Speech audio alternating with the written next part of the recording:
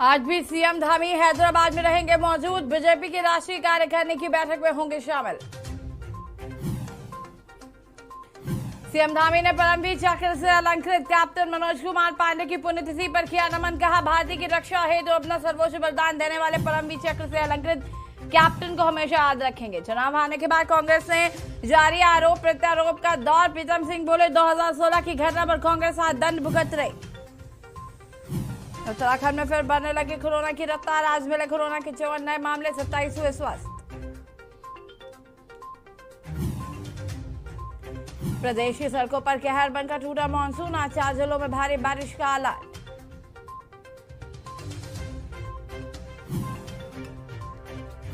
उत्तराखंड के अधिकतर इलाकों में रात भर पड़ी बौछार। आज देहरादून और नैनीताल समेत कई क्षेत्रों में मध्यम से भारी वर्षा के आसार।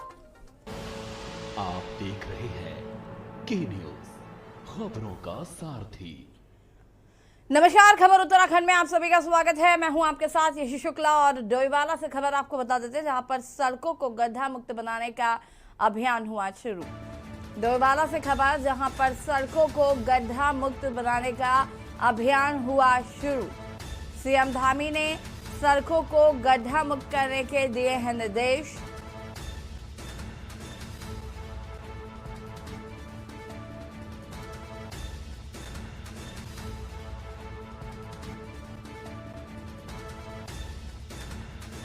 डोईवाला की तमाम सड़कों को किया गया है दुरुस्त।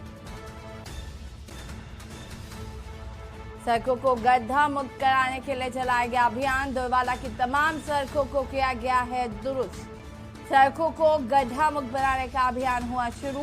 सड़कों पर बने गड्ढों को भरकर किया गया पेचवर्क। लोक निर्माण विभाग के एई और जेई की निगरानी में हुआ कार्य। एई दिनेश रंधवाल, जेई राहुल सैनी की निगरानी में हुआ पैच वर्क।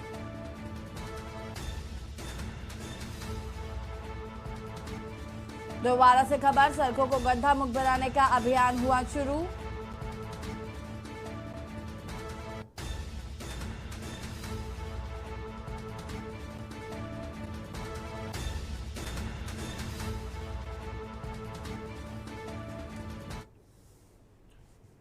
खबर उत्तरकाशी से है, जहां पर इन दिनों नगर पालिका के आसपास नदी व गाड़ गदेरों में जानवरों के मरने का लगातार सिलसिला देखने को मिल रहा है। वहीं बरकोट नगर पालिका से सटे कृष्णागढ़ से जल संस्थान विभाग व निजी टैंकरों ने नगर क्षेत्र में पानी की सप्लाई के साथ ही इस गदेरे से नगर पंचायत नौगांव भी पानी की पाइपलाइन जाती है। वहीं इस गदेरे में मरे जानवर की भनक किसी को भी नहीं लगी। बहुत दिन बीत जाने के बाद स्थानीय व्यक्ति की नजर इस पर पड़ी तो हैरान रह गए। उन्होंने शीघ्र नगर पालिका अध्यक्ष श्रीमती अनुपमा रावत को फोन से जानकारी दी। अध्यक्ष नगर पालिका ने खुद अपने साथ अपने सफाई कर्मियों की टीम भयानक बारिश में लाकर पैदल स्थान में गए, जहां ये सड़ा गला जानवर पड़ा था।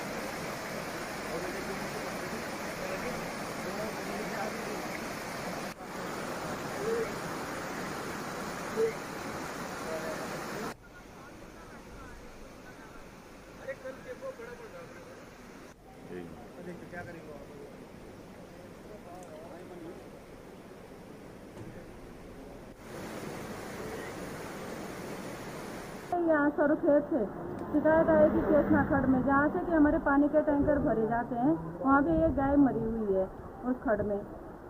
तो बड़ा अफसोस हुआ कि जल संस्थान वाले जिन्होंने ये व्यवस्था की है पानी भरने की वहाँ पे, उन लोगों ने इस पर क्यों गौर नहीं किया और क्यों नहीं निकाला उसको। यहाँ तक कि मुझे भी खबर नहीं की कि यहाँ पे ऐसी बात है, और मेरे से ये कहा गया कि केसना वालों ने जो है पानी तोड़ दिया कि हमने देते अपने खड्ड का पानी। जल शासन द्वारा वैकल्पिक व्यवस्था की गई थी जब सीजन मई और जून के लिए, क्योंकि ये मीटिंग में जिलाधिकारी महोदय ने संज्ञान लिया था कि तुरंत पानी की व्यवस्था करो। तो जल संस्थान ने 2 टैंकर लगा रखे थे और ये कृष्णा खड्ड से पानी आता था। लेकिन अभी 5-7 दिन पहले संज्ञान में आया कि वहाँ जहाँ से हमारा पानी आ रहा है वहाँ कोई गाँव का कोई बैल गिरा है और वो मरा हुआ है, और वो काफ़ी दिन हो गया है, और उसके जो है उसी के जल के साथ ही पानी हम लोग पी रहे हैं। तो हमने तुरंत वो पानी बंद करा दिया। धर्मनगरी हरिद्वार में 14 जुलाई को कांवड़ मेले का आयोजन हो रहा है, जिसको लेकर जिला प्रशासन के द्वारा तमाम तैयारियां पहले से पूरी कर ली जाएंगी। वहीं जिलाधिकारी विनय शंकर पांडे के द्वारा हरिद्वार के सभी विभागों के अधिकारियों की बैठक ली जा रही है और सब विभागों को कांवड़ मिला, उनसे पहले सभी कार्य पूर्ण करने को निर्देश दिए गए। वहीं कांवड़ मेले के दौरान लगने वाली खाद्य वस्तुओं की अस्थायी दुकानों को भी रजिस्ट्रेशन करवाने के लिए अनिवार्य होंगे। खाद्य सुरक्षा अधिकारी राजेश पाल ने बताया कि मेले के दौरान लोगों के द्वारा किसी भी खाद्य वस्तु की दुकानें लगाई जाएंगी, उनको ऑनलाइन रजिस्ट्रेशन और खाद्य सुरक्षा विभाग से लाइसेंस लेना अनिवार्य होगा। उन्होंने कहा कि हमारे द्वारा एक टीम बनाई गई है। ये अभी हमने कांवड़ मेला स्टार्ट हो रहा है, इसमें हमने एक टीम गठित करेंगे और ये जो प्रतिदिन जो है निरीक्षण करेगी उन एरियाओं में, और जो जिनके पास भी जो भी अगर गलत सामान पाए जाएंगे तो उनके हम सप्लाई करेंगे। जो ये इनमें अस्थायी जो दुकानें लगती हैं इनके हम ऑनलाइन रजिस्ट्रेशन जारी किए जाते हैं, उनके द्वारा अप्लाई करने के बाद हम इनको लाइसेंस या रजिस्ट्रेशन जारी कर देंगे। भाई हमारे यहाँ ऐसा है कि जो फूड सेफ्टी ऑफिसर हैं वो प्रतिदिन निरीक्षण करेंगे एरिया के, और अगर यदि कोई हमें गलत पाया जाता है तो उन पर विधिक कार्रवाई हेतु कार्रवाई की जाएगी। खबर मंगलौर से है, जहां पर बस स्टैंड पर यात्रियों को मूलभूत सुविधा से वंचित रहना पड़ता है। वहीं भीषण गर्मी के चलते यात्रियों को घंटों धूप में खड़े होकर बसों का इंतजार करना पड़ रहा है। साथ ही यात्रियों के लिए बैठने की सीटें तक उपलब्ध नहीं है। शुद्ध पेयजल भी यात्रियों को मैसर नहीं है। वहीं मंगलौर रोडवेज बस स्टैंड पर बना भवन भी जर्जर हालत में है, जिससे विद्युत सप्लाई भी बाधित है। महिला यात्रियों के लिए भी कोई सुविधा नजर नहीं आ रही, जबकि चारधाम यात्रा के दौरान भी यात्रियों को भारी परेशानियों का सामना करना पड़ रहा है। और अब कांवड़ यात्रा शुरू होने के चंद दिन बाकी है, उसके बाद भी मंगलौर रोडवे बस स्टैंड की सुध लेने वाला कोई भी नहीं है। बस स्टैंड पर बना शौचालय तक खराब है और बस स्टैंड पर गंदगी का अंबार लगा हुआ है, जबकि कई बार स्थानीय लोगों से लेकर रोडवे बस स्टैंड पर तैनात कर्मचारियों ने भी उच्च अधिकारियों से बस स्टैंड की हालत सुधारे जाने की शिकायत कर चुके हैं। उत्तराखंड का प्रवेश द्वार होने के नाते मंगलौर बस स्टैंड की इम्पोर्टेंस बहुत बड़ी हुई है, और अगर बस स्टैंड को देखा जाए तो वहाँ यात्रियों के लिए कोई सुविधा नहीं है। धूप और बारिश से बचने के लिए कोई टीन शेड नहीं है, बैठने के लिए कुर्सियाँ नहीं है, पीने के लिए पानी नहीं है, शौचालय की हालत जो है वो बद से बदतर है। इस संबंध में मैंने नगर पालिका के ईओ से बात की थी और रोडवेज के ARM आलोक जी से भी बात की थी, लेकिन उनका रवैया काम करने का नहीं है।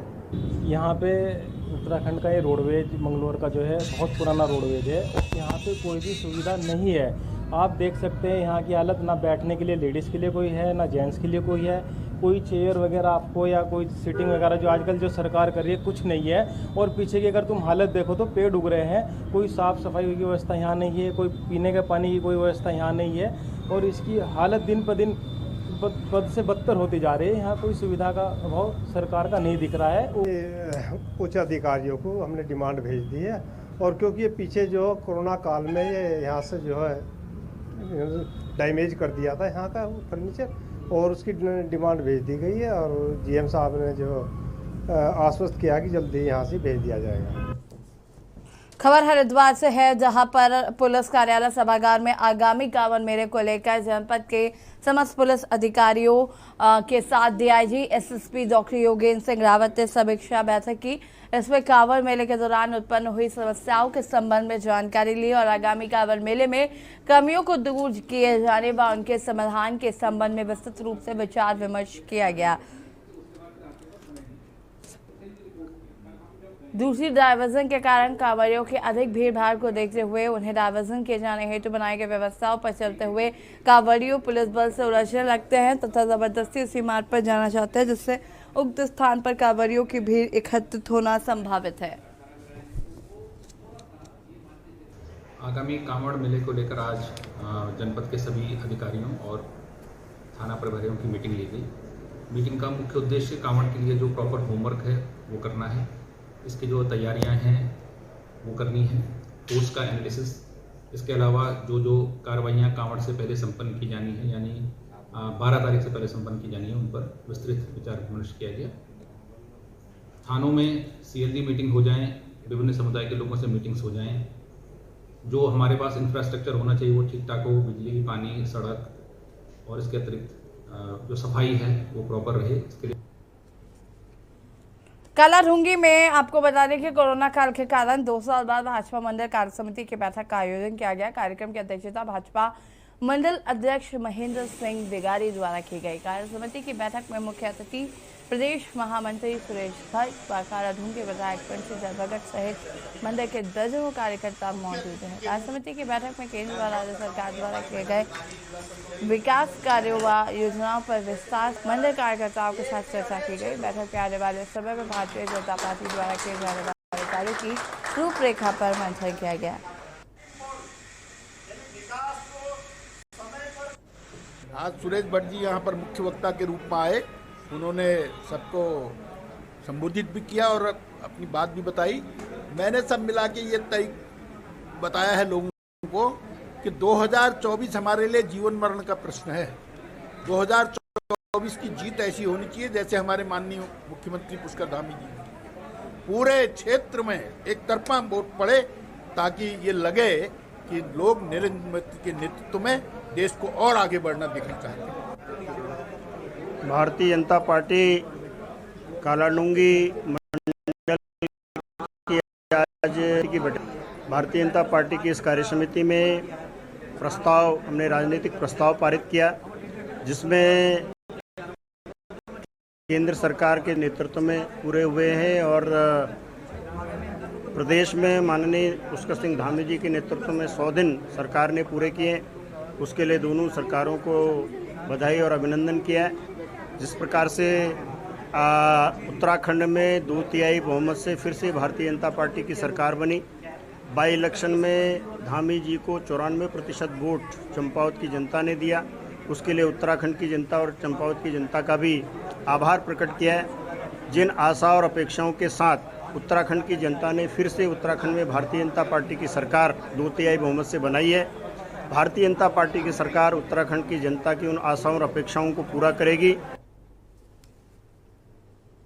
खबर रुड़की से है, जहां पर आईआईटी रुड़की के जल संसाधन विकास एवं प्रबंधन विभाग द्वारा पेयजल स्वच्छता विषय पर एक दिवसीय कार्यशाला का आयोजन किया गया, जिसमें जल शक्ति मंत्रालय, भारत सरकार, नई दिल्ली के सचिव वरिष्ठ IAS विनी महाजन कार्यक्रम की मुख्य अतिथि रहीं। सत्र को संबोधित करते हुए विनी महाजन ने कहा कि स्वच्छ भारत अभियान के द्वितीय चरण के अंतर्गत वर्ष 2019 में देश के प्रधानमंत्री ने जल जीवन मिशन अभियान की घोषणा की, जिसके तहत देश में हर घर नल लगाए जाने की योजना पर कार्य शुरू हुआ। 5 वर्षों के लक्ष्य के सापेक्ष अब तक इस योजना के तहत 50% से अधिक ग्रामीण परिवारों को ग्रामीण जल कनेक्शन मिल चुके हैं। साथ ही उम्मीद है कि साल 2024 तक हर घर जल पहुंचाने का कार्य पूरा कर लिया जाएगा।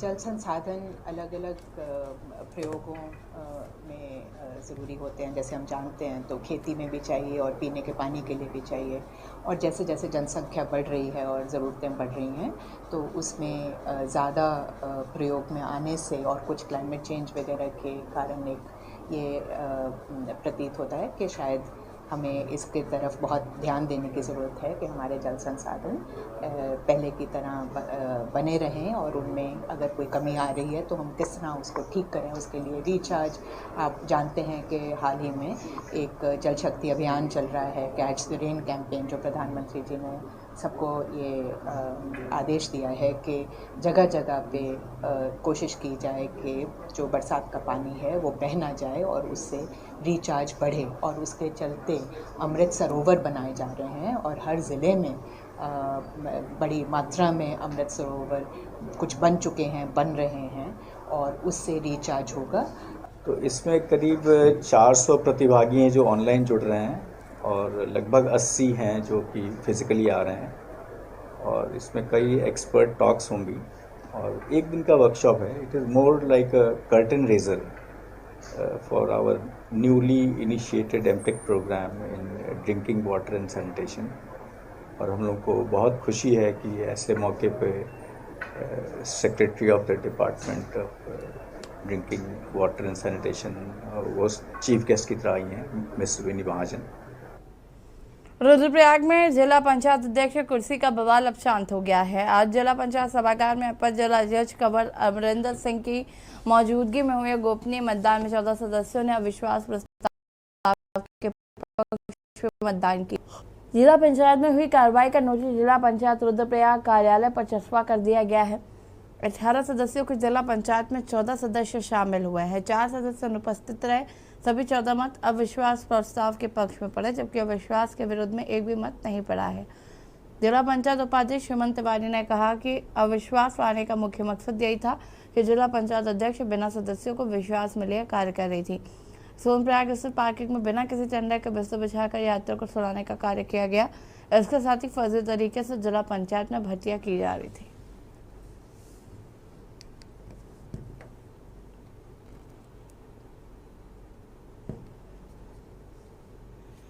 पिछले 2.5 वर्षों से अध्यक्ष द्वारा यहाँ पे मनमानी की जा रही थी। बोर्ड में कुछ फैसले होते थे और धरातल पे कुछ अलग दिखाई देते थे।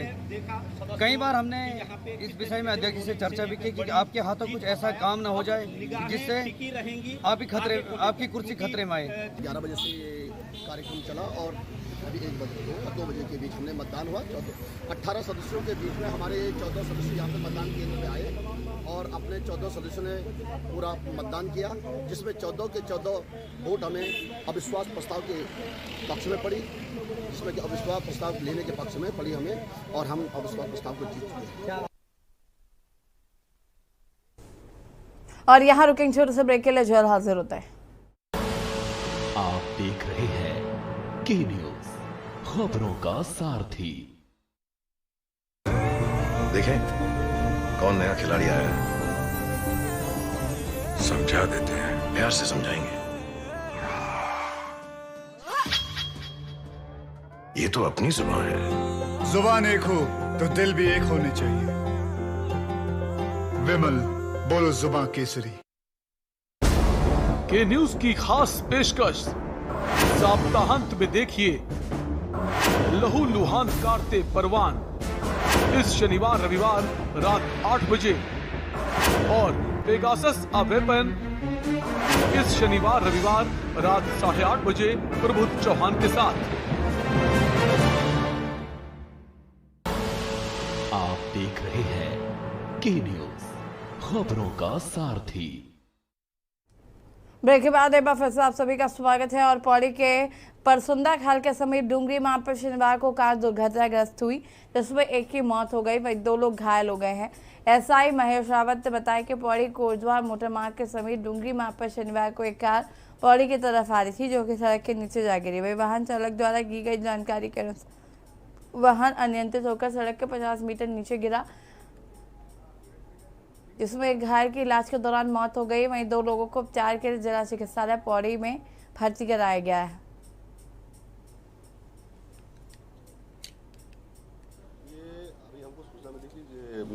परसुना खाल के पास में डूंगरी रोड को गाड़ी खाई से गिरी है, तो इसमें स्थानीय लोगों द्वारा कुछ लोगों को रेस्क्यू करके जिला अस्पताल में दाखिल किया गया। तो इसमें 3 जो चालक से बातचीत हुई तो द्वारा बताया कि 3 लोग इसमें सवार थे चालक समेत। तो इसमें 2 लोगों की स्थिति सामान्य है और एक संभवतः गंभीर है, तो संभवतः डेड है।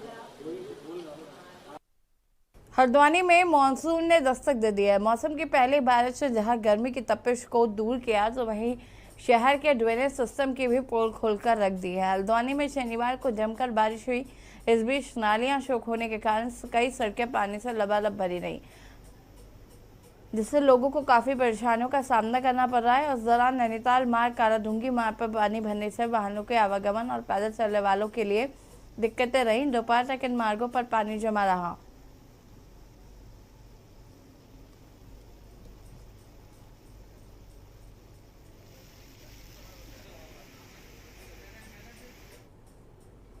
खबर देहरादून से, जहां सरकारी स्कूलों में बच्चों की घटती संख्या को लेकर सीएम पुष्कर सिंह धामी ने चिंता व्यक्त की है, जिसको लेकर सीएम धामी ने अधिकारियों को जमकर फटकार लगाई है। वहीं कांग्रेस ने धामी सरकार पर हमला बोलते हुए कहा कि कांग्रेस सरकार ने मॉडल स्कूल बनाए थे, मगर अब सरकारी स्कूलों की स्थिति बद से बदतर होती जा रही है। कांग्रेस के प्रदेश अध्यक्ष करण मारा ने कहा कि सरकार बहुत सारे स्कूलों को बंद करने की सोच रही है, जबकि सरकार को प्राइवेट स्कूलों की तर्ज पर सरकारी स्कूलों को सुधारने की कवायद करनी चाहिए।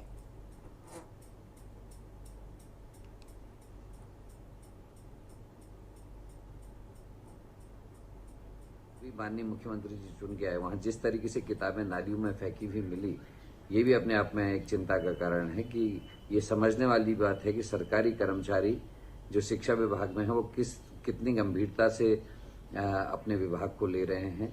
इन सभी पहलुओं में जब तक हमारे माननीय मुख्यमंत्री सरकार ध्यान नहीं देगी तब तक राज्य की शिक्षा व्यवस्था को सुधारना संभव नहीं है। अनेक स्कूल बंद कर दिए गए हैं और बहुत सारे स्कूलों को अभी बंद करने की तैयारी चल रही, तो ऐसे कैसे काम चलेगा।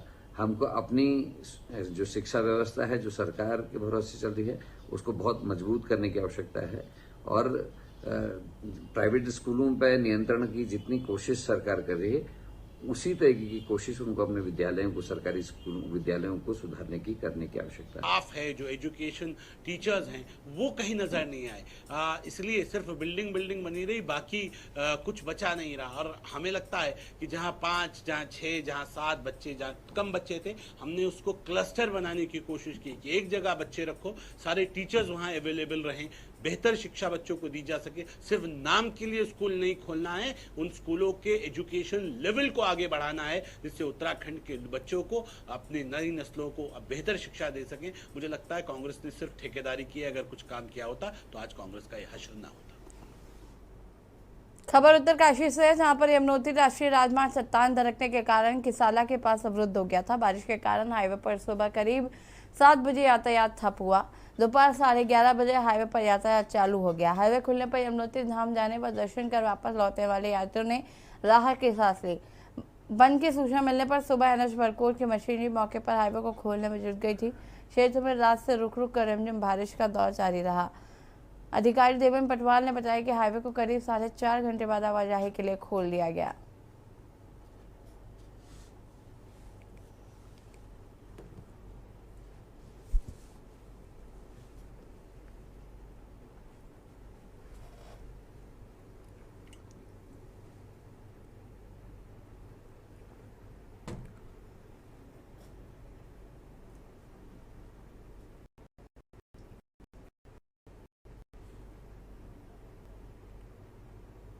रुद्रप्रयाग में जिला पंचायत अध्यक्ष अमरदई शाह के बीते शुक्रवार को त्यागपत्र देने के बावजूद विपक्षी सदस्यों ने आज फ्लोर टेस्ट में हिस्सा लिया।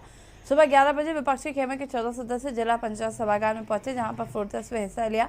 वहीं अमरदई शाह के खेमे में अब तक कोई सदस्य नहीं पहुंचा था।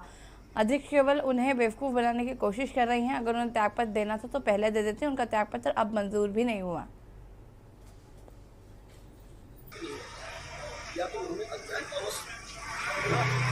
धोखा दिया या फिर उन्होंने किसी को गुमराह करने की बात, यहाँ तक कि हम ये कहेंगे कि उन्हें न्याय प्रणाली को गुमराह करने की बात। क्यों लग रहा है आपको ऐसा? जब इस्तीफा देने का उनको समय था तब उन्हें इस्तीफा दिया गया। जब न्यायिक प्रक्रिया में बातें हो जाती है,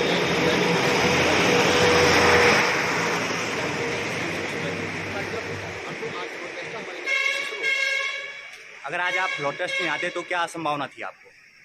प्रोटेस्ट में जो आदेश थी न्यायालय से और उसमें आना सबको था और सब आए हैं। खबर उत्तराखंड में फिलहाल इतना ही। देखते रहिए के न्यूज़ इंडिया। नमस्कार।